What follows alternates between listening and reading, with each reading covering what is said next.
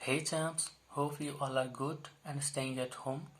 So, welcome to our second part of food, where does it comes from? Okay?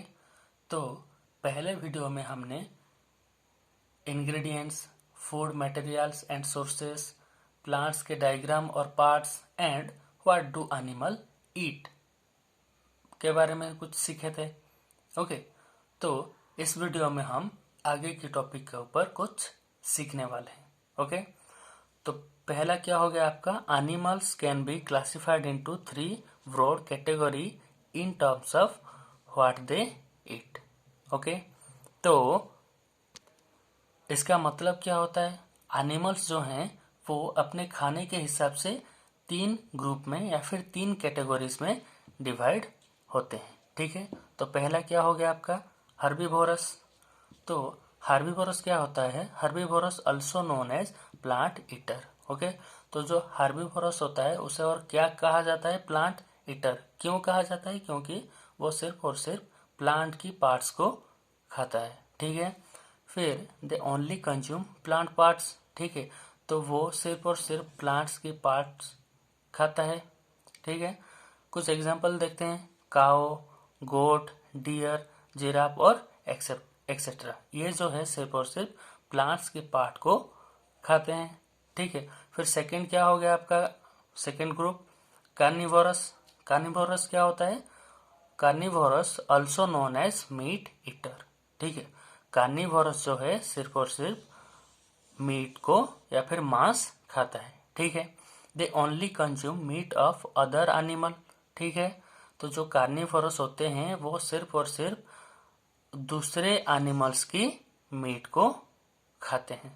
ठीक है, दूसरे animals की parts को खाते हैं. ठीक है, फिर क्या हो गया आपका थर्ड पार्ट, ओमनीवोरस. ठीक है, तो ओमनीवोरस क्या है, they eat both plant and animal product. तो ओमनीवोरस जो होता है वो प्लांट की प्रोडक्ट को और एनिमल्स की पार्ट्स को भी खाता है. मतलब एनिमल्स की प्रोडक्ट या फिर पार्ट को और प्लांट के भी पार्ट को खाता है. मतलब दोनों जो खाता है उसे ओमनीवोरस कहा जाता है. ठीक है, तो सोचिए फिर ओमनीवोरस का एक एग्जांपल क्या हो सकता है. वेरी गुड, आप खुद ही ओमनीवोरस के एक एग्जांपल है. ठीक है, ह्यूमन एंड बियर. ओके, एक मिनट, अब आप सोच रहे होंगे कि यार मेरा एक दोस्त है सौम्य रंजन मिश्रा, या फिर लड़कियों का हो सकता है अर्पिता महापात्रा बोल के. ठीक है, जो कि दोनों ही ब्राह्मण हैं. तो वो लोग तो कभी भी मांस नहीं खाते हैं, तो हो सकता है वो हर्बीवोरस हो. ठीक है, हो सकता है वो हर्बीवोरस हो. ठीक है यार, ऐसा नहीं है. ओके, बात दरअसल ये है कि जो लोग सिर्फ और सिर्फ साग सब्जी खाते हैं वो, या फिर किसी चीज़ अंडा हो गया या फिर मांस नहीं खाते हैं, उन्हें जो लोग जो लोग ये सब नहीं खाते हैं तो उन्हें वो ओमनीवोरस होते हैं, लेकिन उन्हें वेजिटेरियन या फिर शाकाहारी कहा जाता है. ओके, तो इसके बारे में हम आगे बात करने वाले हैं. ठीक है, तो फिर क्या हो गया आपका major component of food. Major component of food. ठीक है, फूड की जो मुख्य तत्व होती है वो क्या क्या होती है, तो किस चीज़ के लिए हम खा रहे हैं, क्या है वो चीज़, vitamins, minerals, proteins, carbohydrate and fat. ये जो 5 चीज़ें हो गए, ये बहुत इम्पोर्टेंट कंपोनेंट होते हैं जिसके लिए कि हम खाना खाते हैं. ठीक है, फिर the diet of carnivorous is rich in fats and protein. Okay, तो जो कार्निवोरस होते हैं उनके खाने के हिसाब से उनके खाने में क्या क्या ज़्यादा होती है, फैट और प्रोटीन. ठीक है, तो कार्निवोरस क्या खाते हैं, याद कीजिए, कार्निवोरस ज़्यादातर मांस खाते हैं, तो मांस में ज़्यादातर प्रोटीन और फैट्स होती है, तो इसीलिए उन्हें फैट्स और प्रोटीन ज़्यादातर मिलता है. लेकिन वो लोग साग सब्जी नहीं खाने के कारण उनमें lack of vitamins and minerals, तो उनके खाने में ज़्यादातर साग सब्जी नहीं होने के कारण उनके शरीर को ज़्यादा विटामिन्स या फिर मिनरल्स नहीं मिल पाता है। ओके, फिर आ गया हमारा the diet of herbivores is rich in vitamins and carbohydrate. ठीक है, तो ज़्यादातर हार्बीवोरस जो खाते हैं, हार्बीवोरस क्या खाते हैं, साग सब्जी घास फूस, तो हार्बीवोरस के खाने में ज़्यादातर विटामिन्स और कार्बोहाइड्रेट पाया जाता है। लेकिन lake of protein and minerals, वो लोग मांस नहीं खाने के कारण उनमें प्रोटीन और मिनरल की कमी होती है। ठीक है, फिर आते हैं what's the difference between vegetarians and herbivorous. बोला था ना, दो लोगों की एग्जांपल दिया था, अर्पिता महापात्रा और सौम्य रंजन मिश्रा की ना, है ना, जो कि दोनों के दोनों ब्राह्मण कैटेगरी में आते हैं। ठीक है, तो क्या इसका क्या मतलब है कि वेजिटेरियन और हर्बीवोरस में कुछ डिफरेंस भी होते हैं या फिर दोनों ही सेम होते हैं। ओके, तो पहला हो गया आपका while vegetarian make a conscious decision to not eat meet.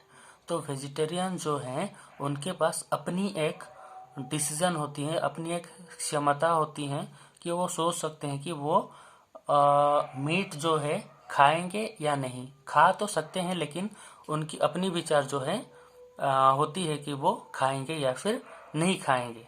लेकिन in other hand herbivorous are not capable of eat meat and dairy product. लेकिन हर्बीवोरस जो हैं वो, उनके पास ऐसी कोई डिसीजन नहीं है, वो कैपेबल ही नहीं होते हैं मीट या फिर डेयरी प्रोडक्ट खाने के लिए। ओके, लेकिन लेकिन लेकिन तो जैसे कि हमारे आसपास कोई ना कोई एक पढ़ाकू होता है। ठीक है, तो उसके मन में ज़रूर ऐसा सवाल आता है कि भाई अगर हर्बीवोरस मीट और डायरी प्रोडक्ट को खा ही नहीं सकते तो क्यों। ओके, तो मेरे प्यारे पढ़ाकू भाई, बात दरअसल ये है कि मान लीजिए आप खुद ही, ओके, आप खुद ही रास्ते पे जा रहे हो, कहीं पे साइड पे पोटी मिल गई। ठीक है, लेकिन वहाँ पे ना पूरा मस्त वाला फ्रेश फ्रेश धनिया काट के वहाँ डाला हुआ है, तो फिर क्या आप खाओगे? नहीं खाओगे ना। ठीक वैसे ही हर्बीवोरस को भी लगता है। अगर कोई डाउट है तो चलो कोई हर्बीवोरस को पूछ लो एक बार। ठीक है। सिमिलरली, फिर आगे देखते हैं कि similarly carnivorous lack the necessary enzyme in their stomach to digest cellulose which is a major component of green food like grass. Okay, तो पहले देखते हैं इसका मतलब, फिर आप अपने मन में ये एंजाइम का क्या मतलब होता है, सेल्यूलोज का क्या मतलब होता है, फिर सोचना। ओके, तो पहले इसका मतलब जान लेते हैं। तो ठीक वैसे ही कार्निवोरस की भी कुछ ज़रूरी एंजाइम जो है उनमें अभाव या फिर लैक देखा जाता है, जो कि क्या करने में हेल्प करते हैं, डाइजेस्ट सेल्यूलोज, जो सेल्यूलोज होता है उनकी डाइजेस्ट करने में, उनके स्टोमक में हेल्प करते हैं, which is a major component of green food like grass. ठीक है, जो कि ग्रीन फूड में जैसे कि घास साग सब्जी में पाया जाता है सेल्यूलोज, तो उनकी उसकी कमी ज़्यादातर कार्निवोरस में देखा जाता है। ठीक है, फिर आ जाते हैं जो आप सबका डाउट था, नेक्टर क्या होता है, स्प्राउटिंग, सेल्यूलोज और एंजाइम क्या होता है। तो आ जाते हैं हम इम्पोर्टेंट डेफिनेशन में। पहला क्या होगा आपका, नेक्टर। नेक्टर क्या होता है, the juicy sweet liquid secreted by within flower which is sucked by bees and is made into honey bee them. Okay, तो नेक्टर क्या होता है, एक जूसी स्वीट लिक्विड होता है। ठीक है, एक जूसी स्वीट लिक्विड होता है जो कि कहाँ पे पाया जाता है, secreted by within flower, जो कि फ्लावर से सीक्रेट होता है। ठीक है, which is sucked by bees and is made into Honey bye them. ठीक है, तो आप अपने बाग बगीचे में जाके एक बार चेक कर सकते हो कि कोई फूल से कुछ लिक्विड जैसे कुछ निकल रहा है क्या, जो कि जहाँ पे कि हनी भी ज़्यादातर बैठ के वहाँ से वो नेक्टर लेके अपने आप में हनी तैयार करते हैं। ठीक है, तो अगर आप हनी बना लिए तो मेरे यहाँ भी थोड़ा भेज देना यार। मजाक कर रहा था। ठीक है, फिर देखते हैं स्प्राउटिंग। स्प्राउटिंग क्या होता है? The process by which seeds shoot out small white structure as way of growth is called sprouting.